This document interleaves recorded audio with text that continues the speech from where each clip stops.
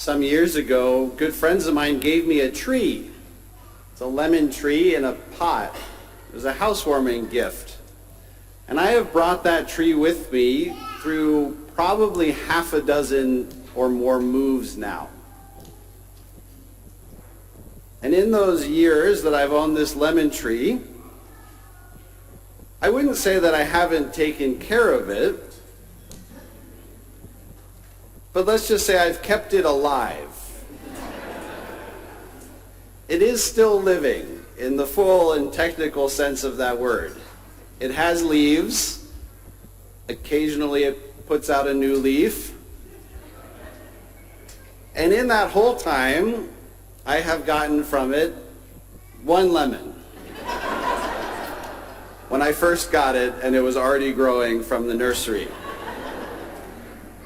But I've stubbornly carried it with me. And slowly I'm getting a little better about watering it regularly, learning what it needs. But I have never quite taken good enough care of it for it to even have a chance of producing fruit. Last year it started. There were buds, and then they fell off. But it's progress. That tree is proof of the truth that we hear in today's readings. The fruit of a tree shows the care it has had. In this case, not much care, not much fruit. And for me, that tree has oddly become a sort of living symbol of my spiritual life. Alive, occasionally putting out new life, but not quite as fruitful as I hope it will eventually become. And isn't that the truth all too often? We're here, we're alive, we have a spiritual pulse, but we do more or less the same things and get more or less the same results. Perhaps we're not giving off quite as much fruit as we hope we one day will. And yet, we often don't do anything different. Guilty as charged. I know full well this tree needs to be repotted. I know it needs to be fertilized. But I left the fertilizer here at St. Michael's when I moved. And of course, that's an insurmountable obstacle. I couldn't buy more. And that is how we are, isn't it? Even in the spiritual realm, we often know more or less what we should do. We have some idea. Maybe I'd like to read more scripture. Maybe I know I should spend more time in prayer. Maybe there's some act of service that's calling to me, but we just don't quite do it. And because of that, we're alive. We occasionally put out a new leaf, but we don't give the fruit that we know deep down we could. Well, now is the time to change that. Not because it's the 8th Sunday in Ordinary Time, but because Lent starts this week. And among its many purposes, one of them has to be a time set aside to finally do those things that we deep down know we need to do if we're going to give the kind of fruit we know we should give. And so it starts with an examination.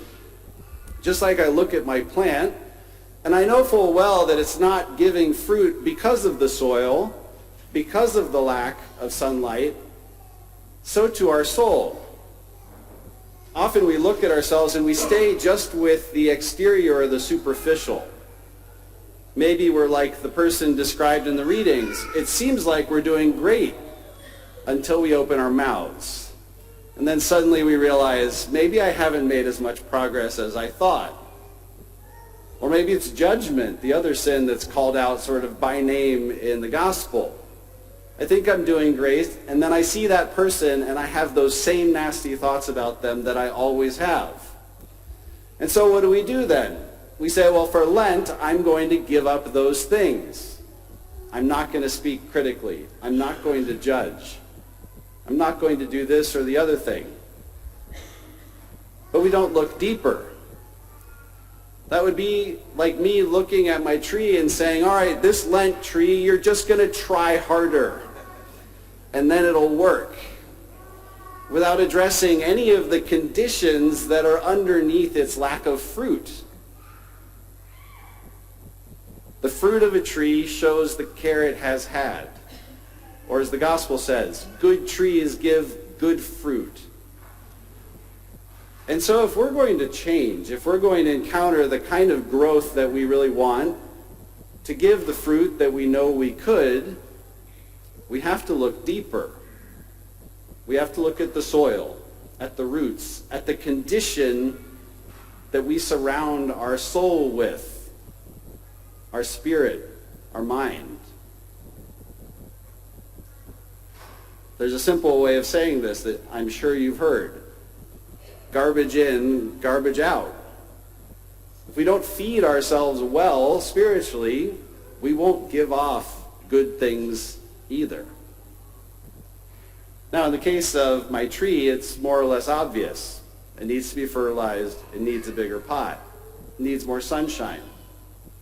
What is it, then, for each of us that our soul needs to flourish? Could be some pruning. There can be things that we need to remove. But it could also be that it lacks nutrients, that we're not feeding ourselves spiritually. Am I spending enough time with Scripture? Am I spending enough time in prayer? Am I giving myself up to serving others? Those are the things that feed the soul so that it can become healthy and then over time bear more fruit.